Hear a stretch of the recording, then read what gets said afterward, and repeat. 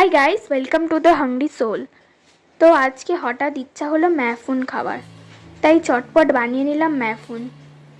তাহলে চলুন ম্যাফুন কী করে বানাতে হয় এবং ম্যাফুন বানানোর জন্য কি কি প্রয়োজন এই ভিডিওতে দেখে নিই। প্রথমে আমি নর্মাল ওয়াটারে এই নুডলসগুলো দিয়ে দিয়েছিলাম। নুডলসগুলো প্রায় 20 মিনিট রাখতে হবে। যত রাখবেন তত নুডলসটা ভালো হবে। আমি 20 মিনিট রেখেছিলাম, 20 মিনিটটাই ঠিক আছে, বেশি রাখার দরকার নেই। এবার রেখে দেওয়ার পরে আমি জল থেকে নুডলসগুলো আলাদা করে নিয়েছিলাম। এটা কোনো গরম জলে ফোটাতে হবে না, কিচ্ছু করতে হবে না, এমনি নর্মাল ওয়াটারে রেখে দিলেই হবে। এবার চিকেন কেটে নিয়ে তার মধ্যে গোলমরিচ, অ্যারারুট, নুন দিয়ে ভালো করে মাখিয়ে নিয়েছিলাম।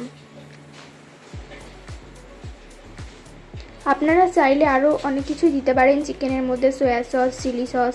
আমার মনে হয় ওগুলো না দেওয়াই ভালো, এরকম নর্মালভাবেই মেখে নিলেই ভালো হয়। অ্যারারুট আর নুন আর গোলমরিচ দিয়ে মেখে নিলেই ভালো হয়।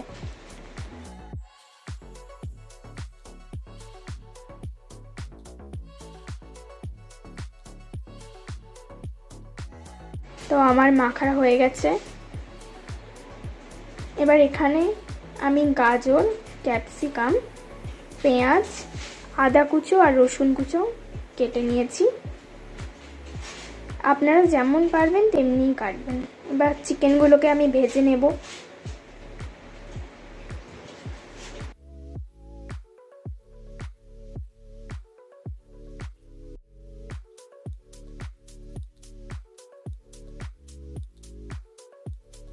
চিকেনটা প্রায় ভাজা হয়ে এসছে। এবার চিকেনটা আমি নামিয়ে নেব। এবার তেলের মধ্যে রসুন কুচো আর আদা কুচো দিয়ে ভালো করে নেড়ে একটুখানি ব্রাউন হয়ে গেলে ওর মধ্যে চাউমিনটা দিয়ে দেব। না, চাউমিন নয়, গাজরটা দিয়ে দেব। গাজর দেবার পর ক্যাপসিকাম দিয়ে দেবো, যেগুলো আর কেটে রেখেছিলেন। আপনারা চাইলে আরও কিছুই দিতে পারেন, আমার কাছে এগুলো ছিল তাই এগুলোই দিয়েছিলাম।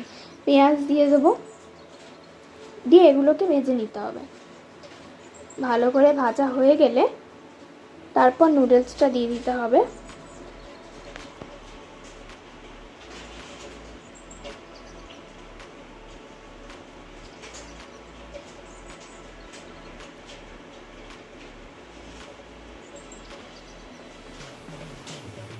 এবার আমি নুডলসটা দিয়ে দিলাম।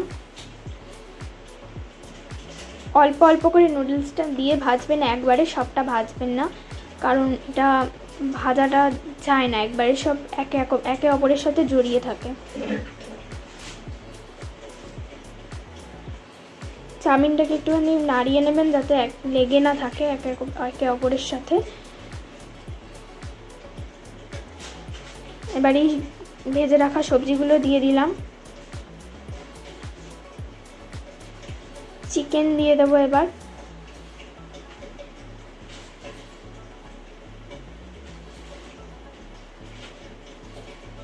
ভালো করে নাড়া হয়ে গেলেই আমাদের ম্যাফুন নুডলস রেডি।